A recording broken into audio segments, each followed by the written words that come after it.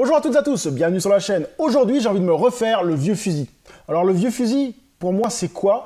C'est un film qui m'a énormément marqué dans ma jeunesse. Moi, je l'avais vu dans les années 90. Encore une fois, souvent, j'ai vraiment vu beaucoup de films dans les années 90 en VHS. Et je suis tombé un peu sur le cul pour un film français. Parce que, surtout pour l'époque, c'est un film qui est sorti dans les années 70. Un film avec pas mal de violence, pas mal de choses un peu pas très chrétiennes entre guillemets, pas très catholiques. Enfin, c'est pas le pour l'époque, ça devait être assez controversé, je pense. Le film a dû être controversé, je sais pas du tout. Donc César du meilleur film de 1975 quand même. César des Césars, César des Césars en 85. Ah ouais, j'ai pas vu derrière. Ah ouais, donc c'est quand même... de toute façon, franchement, je le revois, mais je pense que c'est toujours un bon film. Il n'y avait pas beaucoup d'effets spéciaux, donc je pense que le film a bien vieilli. Un Philippe Noiret au top, Romy Schneider pareil. Donc on va lire un peu de quoi ça parle.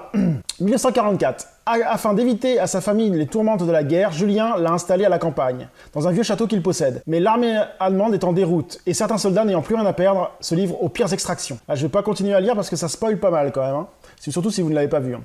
Donc en gros, c'est un gars qui est dans la ville, qui dit à sa femme de partir à la campagne dans un vieux château qu'il possède, et au bout de 5 jours, il a toujours pas de retour de sa femme, donc il décide d'aller voir. Je m'arrête ici pour le scénario pour pas vous spoiler le film, ça serait vraiment dommage. Donc on va voir si ce film a toujours bien vieilli ou pas. C'est parti. Donc je viens de me finir Le Vieux Fusil, toujours un très bon film, très bon film. Un film qui était quand même assez impressionnant pour l'époque, parce que maintenant il y a eu des choses beaucoup plus violentes.